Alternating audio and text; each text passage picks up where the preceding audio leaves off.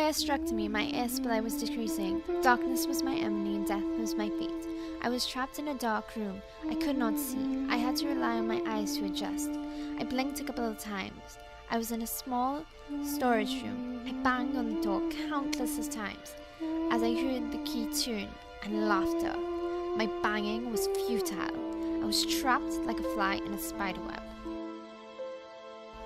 It seemed like an ordinary day, how it was dark, dreary, rainy day when I was working on the mysterious disappearances of students in our school.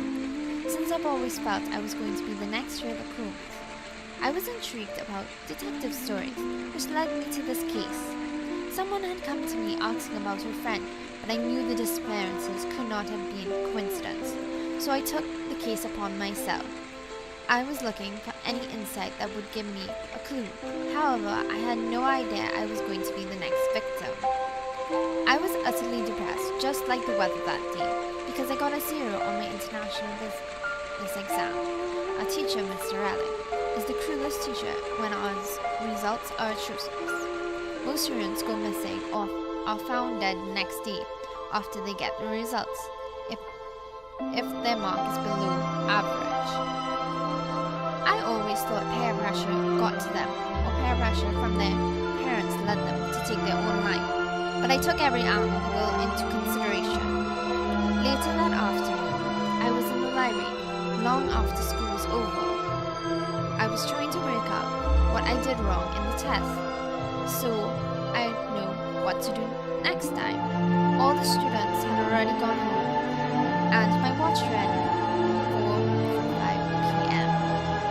I felt overstayed at school, so I gathered all my books and head out into the corridors. All of a sudden, the lights started to flicker on and off, making me get a slight headache. Weird, I thought, as I started to quicken my pace. I always hated when the janitor accidentally locked me in the school, but I'm always lucky he noticed that I'm at the door and opens it, muttering in Russian. I never understood him much, because I never took the time to understand him. As I passed the staff room, I peered in. I noticed a briefcase in the room, and a dark brown coat. I figured a teacher was still here late as well. I still briskly walked on, making sure I didn't slip on my butt, since the floor was unusually wet. A hand suddenly grabbed me as everything turned pitch black. I dropped my bag in that instant, in the sudden shock, as I felt myself being pulled down the corridor. I muffled a scream through his rough, calloused hands while I was being dragged. I looked closely at my attacker. I noticed a scar on his jaw and his prominent green eyes. It was Mr. Relic. Was he the one who made the students disappear, who failed his classes? I questioned myself. I noticed something that reminded me of the first day he came to school, his last name. It was spelled very unusual, which made me remember his name in that instant, because normally I was never good with names. I studied his name again, and in that moment I flipped his name to spelled K-I-L-L-E-R. Fear struck me, making me freeze. Oh bloody hell, he was going to kill me and make sure I would never come back. Why hadn't I thought of him in my investigations? I knew why.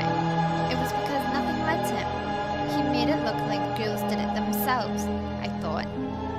I was shoved roughly into a room and fell straight onto the floor.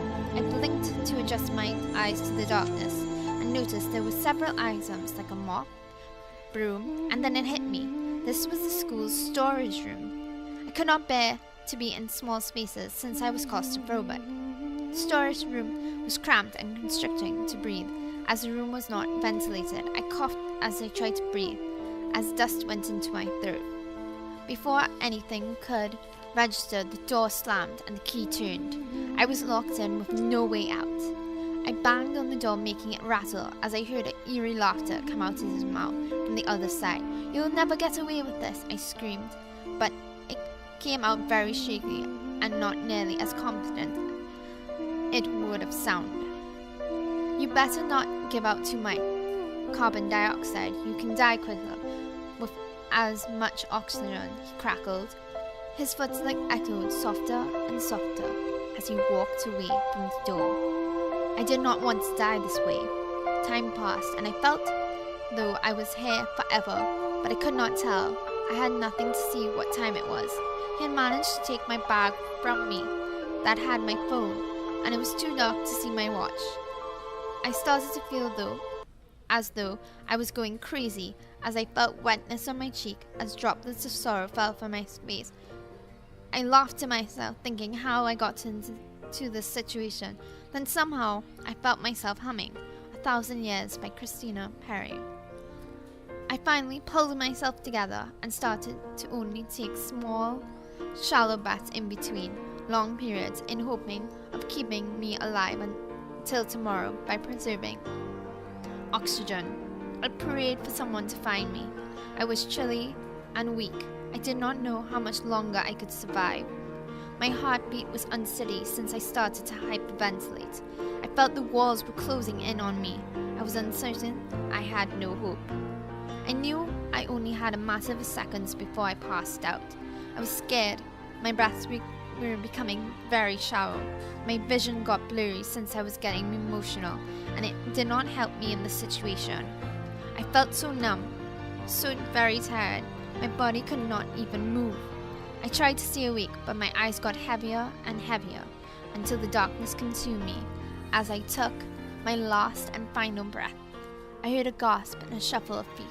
I knew I was found, but it was too late. I heard panics and cries. I knew my body had been rescued, but not my existence. His laughter never left me. Now, my soul haunts the school. I will have no rest until I can be at peace. I cannot sit and watch teenagers' existence despair right in front of my eyes, in cold blood. I am cold, lost, and a wandering soul that passes through the corridors. All hope is gone for me as I am forever locked in.